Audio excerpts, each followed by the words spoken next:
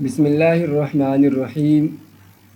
آج ہم آپ کے سامنے سبق نمبر 5 جدید جغرافیہ اتر پردیش کی میں آئے ہوئے سوالات کے جوابات لے کر حاضر ہوئے ہیں۔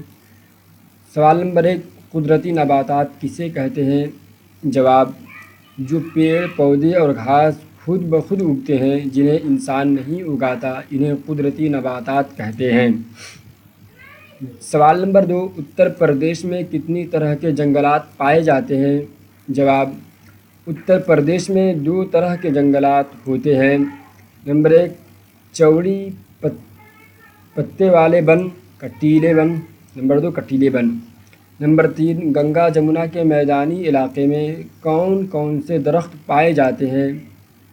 جواب، وہاں نیم، چندن، آم، شیشم اور پیپل کے درخت زیادہ پائے جاتے ہیں۔ سوال نمبر 4، جنگلات سے ہمیں کیا فائدے ہیں؟ جواب، جنگلات سے ہمیں لکڑی، ایندھن اور فرنیچر ملتا ہے، جڑی اور بوٹیاں اور دوائی ملتی ہے، بیڑی کے پتے، شہد، گود، تیل اور کاغذ کا سامان ملتا ہے، جانوروں کو چارہ اور ہمیں بارش ملتی ہے، زمین زرخیز ہوتی ہے اور درخت سایہ بھی دیتے ہیں۔ سوال نمبر 5، اتر پردیش کی حکومت جنگلات کی ترقی کے لیے کیا کر رہی ہے؟ جواب، حکومت ہر سال لاکھوں درخت لگاتی ہے اور ون مہوتسو مناتی ہے تاکہ درختوں کی تعداد بڑھے اور ماحول صاف ستھرا رہے۔